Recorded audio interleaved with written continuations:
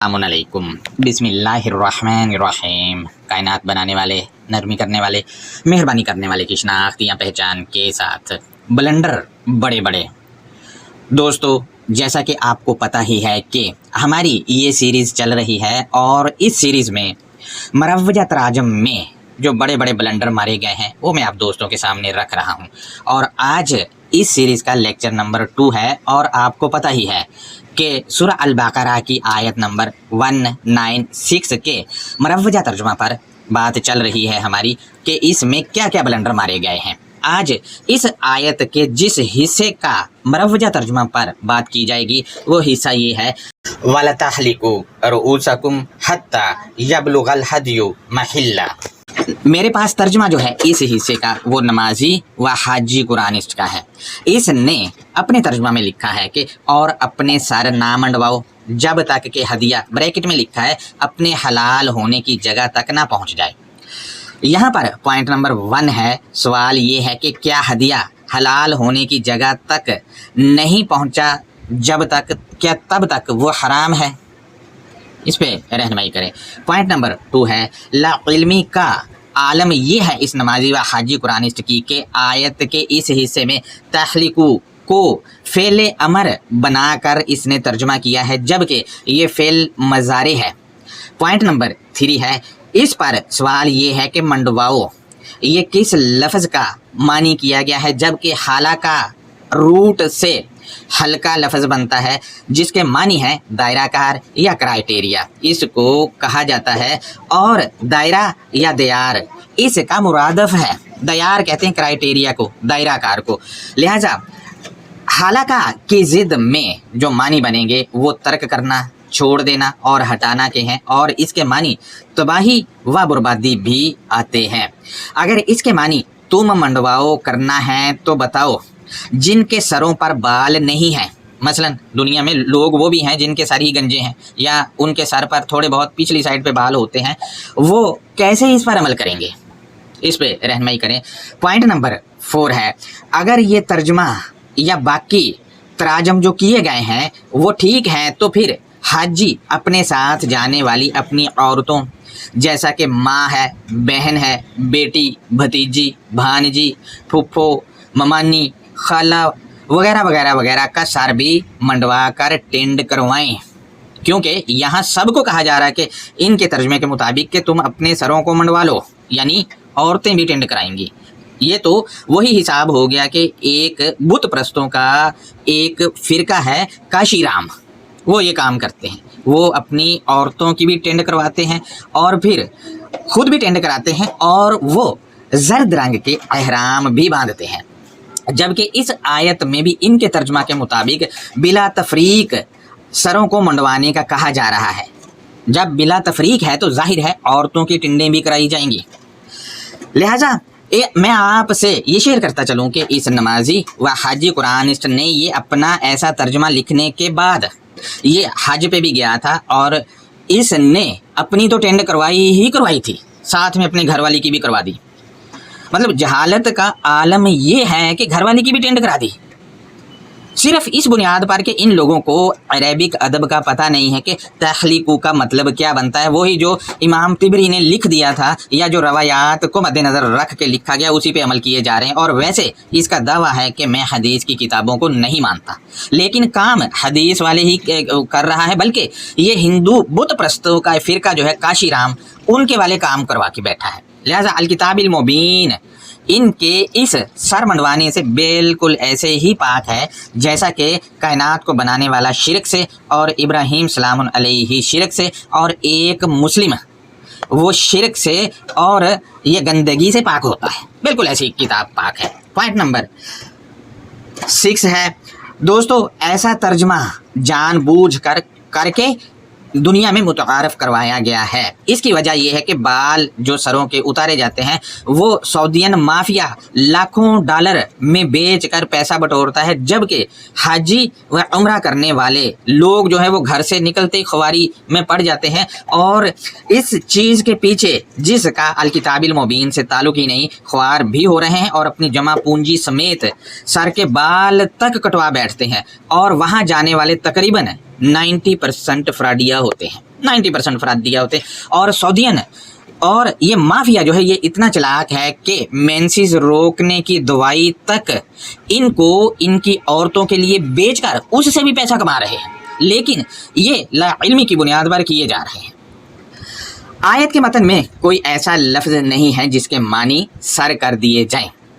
Point number हम देखते हैं 7 है, सर आखिर किस लफ्ज़ का तर्जमा किया गया है। अगर रऊसा कुम में रऊसा के मानी सर हैं तो सूरह अल बकरा की आयत नंबर 279 में ये लफ्ज़ सेम अल जज़उ के साथ आया है। वहाँ मानी ये लोग सर नहीं करते, किसी का भी तर्जमा उठा के आप देख ले, वहाँ मानी सर नहीं करते, बल्कि वहाँ तो जूनागढ़ी साहब ने मानी असल किए हैं।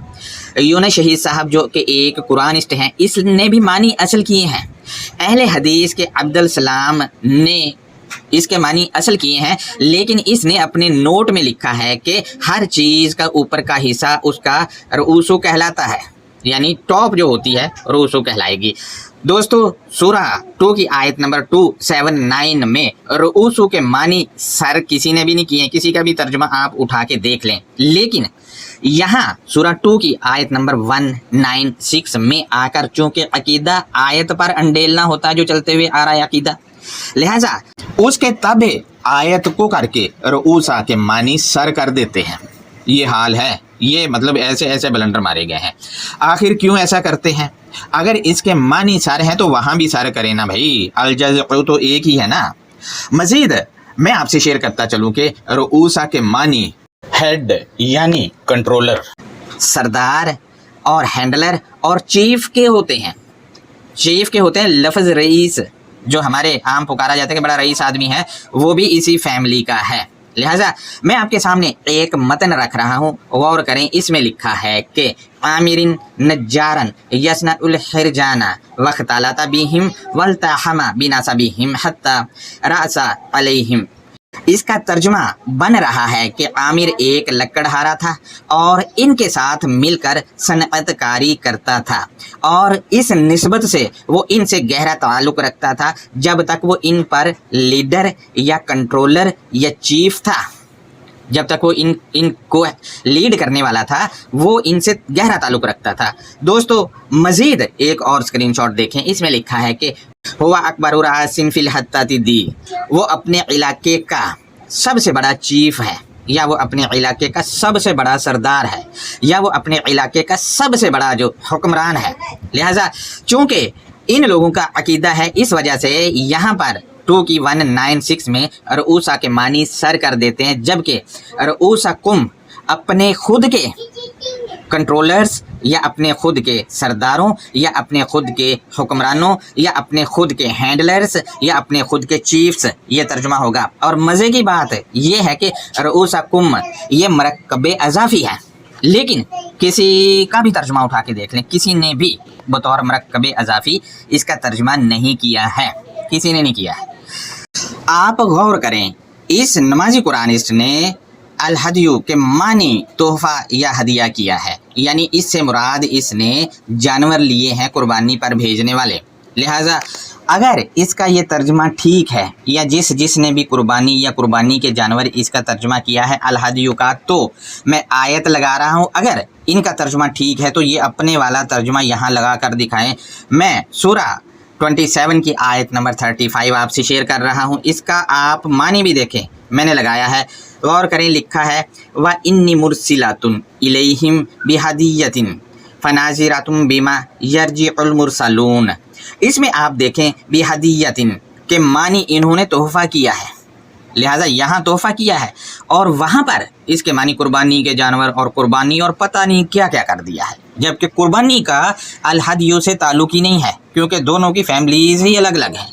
और जानवर को वैसे ही अल वहशु कहा जाता है या फिर अल हैवान कहा जाता है, जानवरों को अल हैवानात कहा जाता है। लिहाजा दोस्तों इनमें से ना तो अल वहशु आयत के मतन में है और ना ही अल हैवानात इसके मतन में है।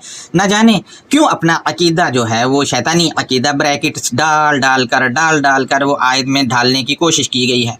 लिहाजा महल्ला के मानी इन्होंने कुर्बानी की जगह किया है या कुर्बान गा करते, जबकि लफ्ज़ महल اسی سے نکلا ہے۔ محل خوبصورت گھر کو کہا جاتا ہے، جیسا کہ تاج محل ہے، اور اس کے معنی دکان کے بھی ہیں، اس کے معنی دکان کے بھی ہیں، اور اس کے معنی جو بنتے ہیں وہ حل کرنے کی جگہ، یعنی کوئی مسئلہ بگڑ گیا ہے اس کو حل کرنا ہے۔ یہاں پر یہ کس سلسلے میں آیا ہے وہ وضاحت جب کریں گے تو میں آپ سے شیئر کر دوں گا۔